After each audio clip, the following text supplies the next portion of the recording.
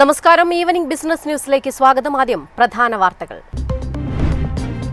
സെപ്റ്റംബറിൽ ഇന്ത്യയുടെ ചില്ലറ പണപ്പെരുപ്പം 1.54%-ലെത്തി 2017 ശേഷമുള്ള ഏറ്റവും താഴ്ന്ന നിലയെന്ന് റിപ്പോർട്ട്. ഇന്ത്യ-US വ്യാപാര കരാറിന്റെ ആദ്യഘട്ടം നവംബറിൽ പൂർത്തിയാകുമെന്ന് റിപ്പോർട്ട്. ഇന്ത്യൻ സംഘം ഉടൻ വാഷിംഗ്ടണിൽ.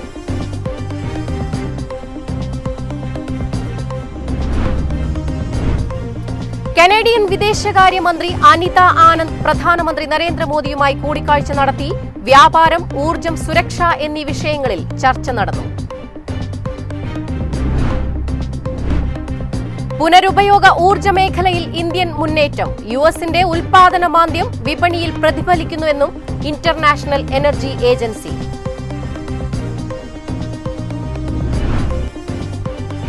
₹20 സമൃദ്ധമായ ഉച്ചയൂണ് ലഭിക്കുന്ന കൊച്ചിയുടെ സ്വന്തം സമൃദ്ധി 4ാം വർഷത്തിലേക്ക്. സംസ്ഥാനത്ത് ഏറ്റവും കൂടുതൽ സബ്സിഡി ഊണ് നൽകിയ ഹോട്ടലാണിത്.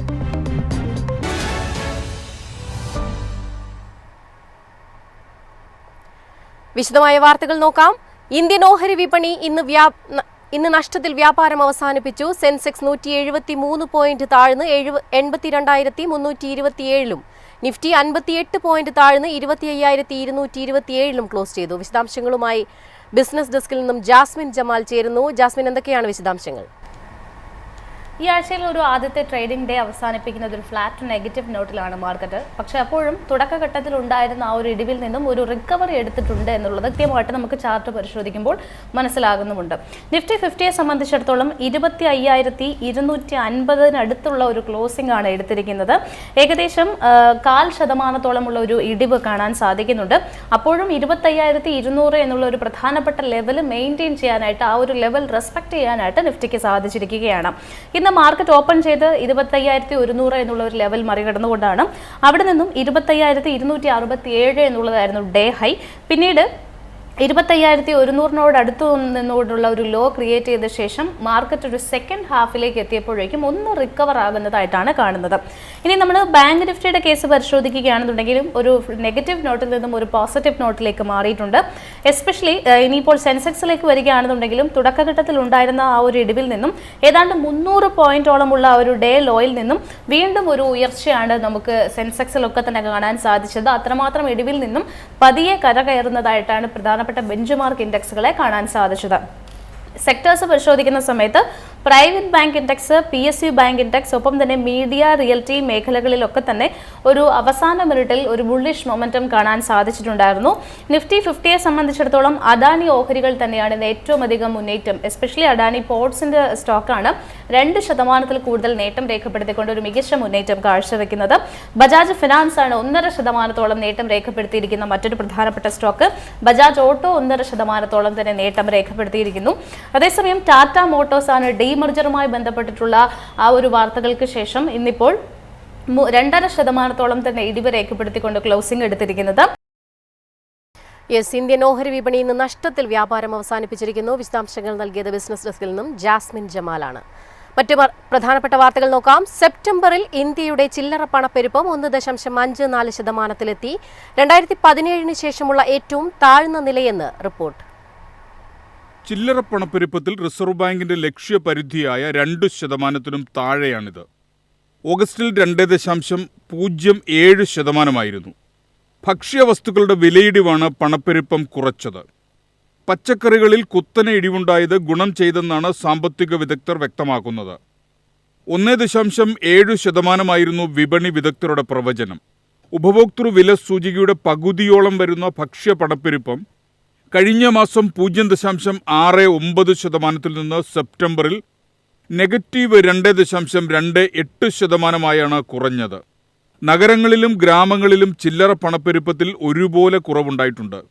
അതേസമയം പണപ്പെരുപ്പത്തിലുണ്ടായ കുറവ് ബാങ്ക് പലിശ നിരക്ക് കുറയ്ക്കാൻ റിസർവ് ബാങ്കിനെ പ്രേരിപ്പിച്ചേക്കും. News desk MyFin TV. India വ്യാപാര കരാറിന്റെ ആദ്യഘട്ടം നവംബറിൽ പൂർത്തിയാകുമെന്ന് റിപ്പോർട്ട്. ഇന്ത്യൻ സംഘം ഈ ആഴ്ച വാഷിംഗ്ടണിലെത്തും. ഇന്ത്യ-US കരാറിൽ ഇതുവരെ തീരുമാനമാവാത്ത വിപണി പ്രവേശനം, ഊർജം, സാങ്കേതിക വിദ്യ എന്നിവയായിരിക്കും ഇത്തവണത്തെ ചർച്ചയുടെ അജണ്ട. വ്യാപാര കരാറുമായി ബന്ധപ്പെട്ട ചർച്ചകൾ പോസിറ്റീവായി പുരോഗമിക്കുന്നുവെന്നും ഇന്ത്യയും യുഎസും വ്യക്തമാക്കിയിട്ടുണ്ട്.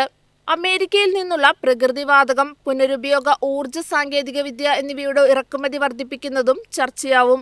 ഹരിതോർജ്ജ മേഖലയിലേക്കുള്ള ഇന്ത്യയുടെ പരിവർത്തനത്തിന് ഇത് സഹായിക്കുമെന്നാണ് വിലയിരുത്തലെന്നും സർക്കാർ വൃത്തങ്ങൾ പറഞ്ഞു. ഇതുവരെ ഇരു രാജ്യങ്ങളും തമ്മിൽ 5 റൗണ്ട് ചർച്ചകളാണ് നടന്നത്. News desk MyFin TV. ഉഭയകക്ഷി പങ്കാളിത്തത്തോടെ പുതിയ നിക്ഷേപ സാധ്യതകൾ തുറന്ന് കനേഡിയൻ വിദേശകാര്യമന്ത്രി അനിത ആനന്ദ് പ്രധാനമന്ത്രി നരേന്ദ്രമോദിയുമായി കൂടിക്കാഴ്ച നടത്തി.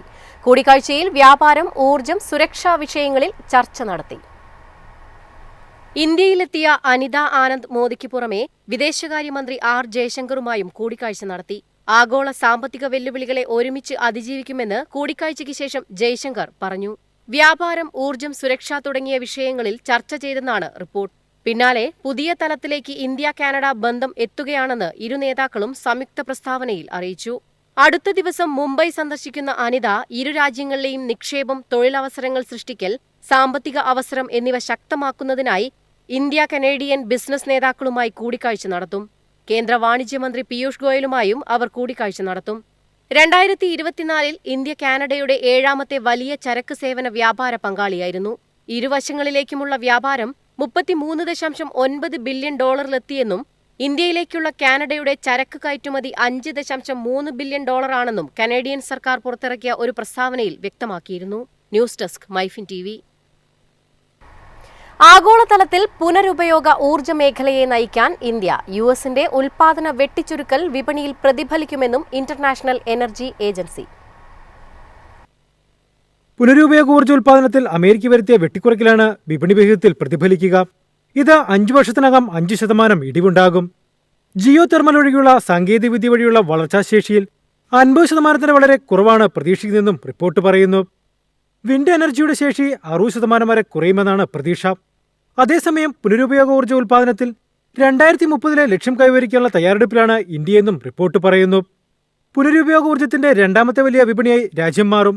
5 വർഷത്തിനുള്ളിൽ ശേഷി 2.5 മടങ്ങ് വർദ്ധിക്കുമെന്നാണ് പ്രതീക്ഷ. 2025 ജനുവരി അവസാനത്തോടെ 218 ജിഗാവാട്ട് ഉൽപാദനശേഷി ഇന്ത്യ നേടിക്കഴിഞ്ഞു. ഏകദേശം 180 ജിഗാവാട്ടിന്റെ പുനരുപയോഗ ഊർജ്ജ പദ്ധതികൾ നടപ്പാക്കിക്കൊണ്ടിരിക്കുകയാണ്. 2070 കാർബൺ ബഹിർഗമനം പൂർണ്ണമായും കുറച്ച് നെറ്റ് സീറോ ലക്ഷ്യം കൈവരിക്കാനാണ് രാജ്യം ലക്ഷ്യമിടുന്നതെന്നും റിപ്പോർട്ട് വ്യക്തമാക്കി. News desk MyFin TV. ഇന്നത്തെ സ്വർണം, വെള്ളി നിരക്കുകൾ. സംസ്ഥാനത്ത് സ്വർണ്ണവിലയിൽ വർധന. ഗ്രാമിന് 105 രൂപയും പവന് 840 രൂപയുമാണ് കൂടിയത്. ഇതോടെ സ്വർണം ഗ്രാമിന് 11,495 രൂപയും പവന് 91,960 രൂപയുമായി. 18 ക്യാരറ്റ് സ്വർണ്ണവിലയിലും വർധനവ് രേഖപ്പെടുത്തി. ഗ്രാമിന് 85 രൂപ വർദ്ധിച്ച് 9,450 രൂപയിലാണ് വ്യാപാരം നടന്നത്. വെള്ളിവിലയിലും വർധനവുണ്ട്. ഗ്രാമിന് 10 രൂപ കൂടി 185 രൂപയിലാണ് വ്യാപാരം. ഇതോടെ ഈവനിംഗ് ബിസിനസ് ന്യൂസ് സമാപിക്കുന്നു. നമസ്കാരം.